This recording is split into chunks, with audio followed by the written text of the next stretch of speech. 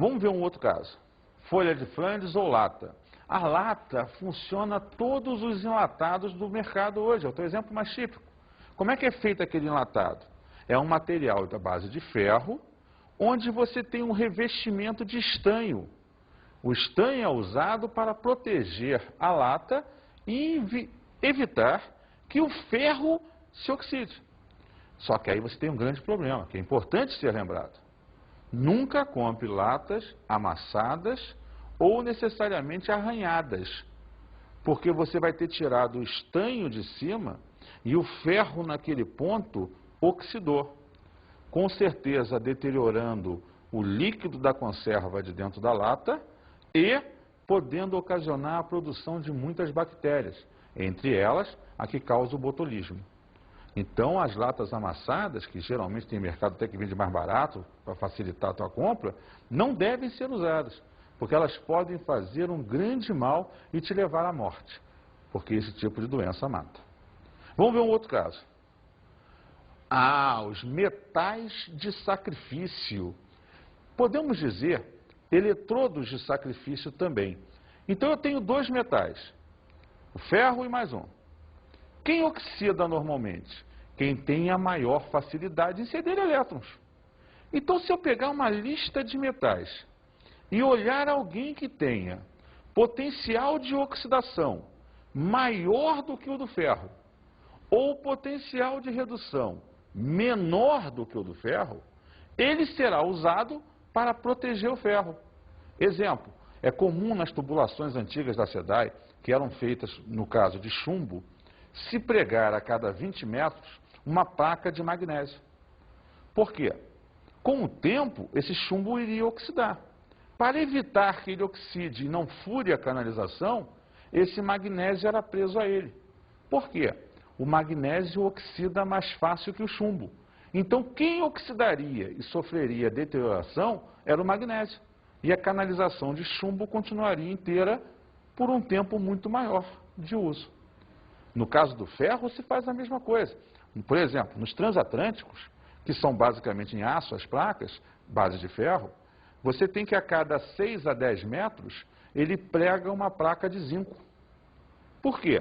O zinco oxida mais fácil que o ferro. Então, ele funciona como metal de sacrifício. Ele vai dar os elétrons, oxidar, e o ferro não. Então, no final da viagem, daqui a um certo tempo, o ferro continua inteiro e a placa de zinco está toda corroída. É mais fácil você ir lá, soltar aquela placa e botar outra. E conserva o ferro por muito mais tempo. Nesse caso, não há um revestimento de toda a estrutura. Há necessariamente placas de um metal que se oxide mais fácil que aquele que você quer proteger. É interessante ainda dar uma fechada nisso, lembrar que a tecnologia está melhorando. E hoje você tem várias tintas que também são usadas como revestimento para evitar que o ferro ou os metais em geral sofram oxidação. Você hoje tem o Zarcão, que é uma tinta muito utilizada antes de dar a pintura final dos objetos de ferro. Para quê? Ele é um pigmento de um metal que oxida mais fácil que o ferro e que necessariamente vai levar o ferro a ficar protegido. E com isso, você pega o Zarcão e oxida ele. Daqui 2, 3 anos, você troca a tinta de novo e mantém o revestimento. É assim que funciona o revestimento do teu carro. Ele é a base de ferro.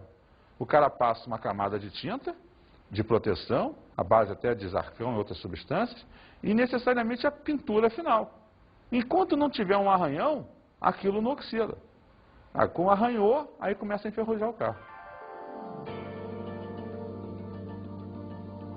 Mergulhando-se um prego de ferro limpo em água, observa-se, com o passar do tempo, um processo de corrosão superficial. Com base nos valores dos potenciais de redução relacionados abaixo, dentre os metais a seguir, aqueles que mantidos em contato com o prego, sem recobri-lo totalmente, seriam capazes de preservá-lo contra a corrosão são, veja, quando você quer proteger alguém, o que nós falamos anteriormente? Eu devo buscar alguém que oxide mais facilmente que o elemento a ser protegido. E como é que eu olho numa tabela quem é que vai proteger o cara? Olhe se o elemento que você quer tenha um potencial de oxidação maior do que o elemento a ser protegido. Ou se dados potenciais de redução que tenha o potencial de redução menor que o do elemento a ser protegido. Como é um prego, a base do prego é o ferro. Então eu vou buscar na tabela alguém cujo potencial de oxidação seja maior ou de redução menor que o do ferro. Vamos ver essa resolução então. Os potenciais foram dados. Letra A, magnésio 0 e zinco 0. Letra B, prata 0 e cobre 0. Letra C, cobre 0 e chumbo 0. Letra D, magnésio 0, zinco 0 e chumbo 0. E letra E, magnésio 0 e prata 0. Então vamos resolver a questão e voltar na tabela de potenciais dada. Veja lá, todos os potenciais estão indo de mais 1 para 0, mais 2 para 0, mais 2 para 0, mais 2 para 0, mais 2 para 0, mais 2 para 0. Lembrando a você que quando não tem nada escrito é 0. E quando tem só o sinal de mais, subentende-se o 1 ali do lado, porque você sabe que o 1 não se escreve na química. Então, se está indo de um número maior para um número menor, aqueles são potenciais de redução, mesmo que o enunciado não tivesse dito, mas ele disse. E o que nós falamos então? Se dados potenciais de redução, proteger o elemento é escolher aquele que tem potencial de redução menor do que o próprio elemento. Então vamos ver. Eu quero proteger o ferro, que é menos 0,44.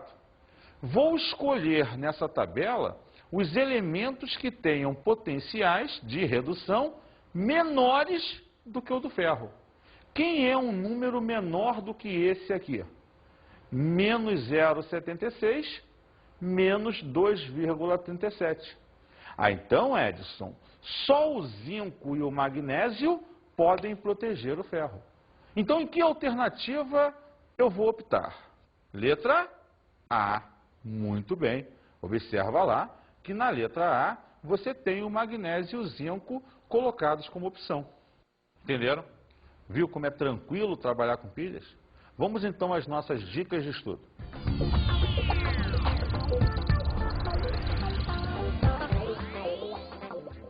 Veja só, uma grande dica para você é dar uma trabalhada na questão dos textos sobre corrosão, perceber o funcionamento dessa oxirredução dos metais.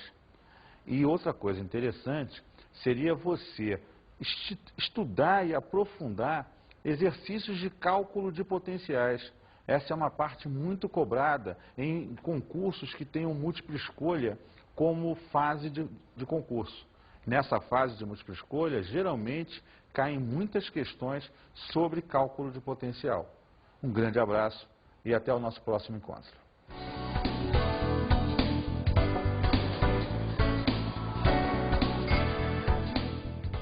Na aula de hoje estudamos a Eletroquímica 3.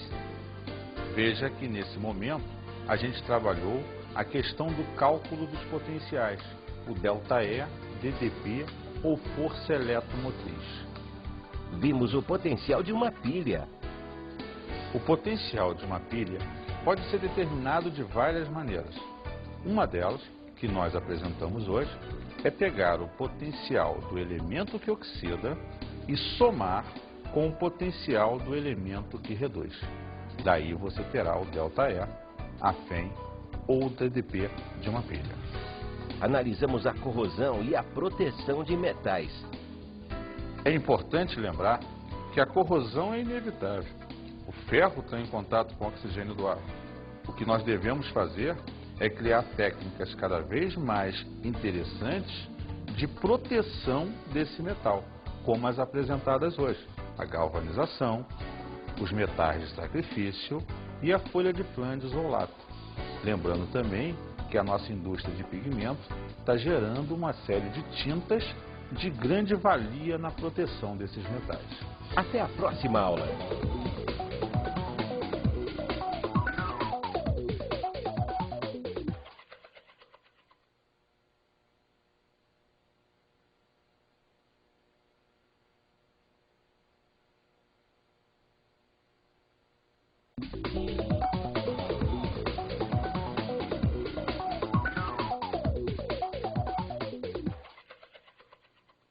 Colega, é importante nesse momento enfatizar com os teus alunos as maneiras diferentes, dando bastante treinamento a ele, de calcular os potenciais de uma pilha.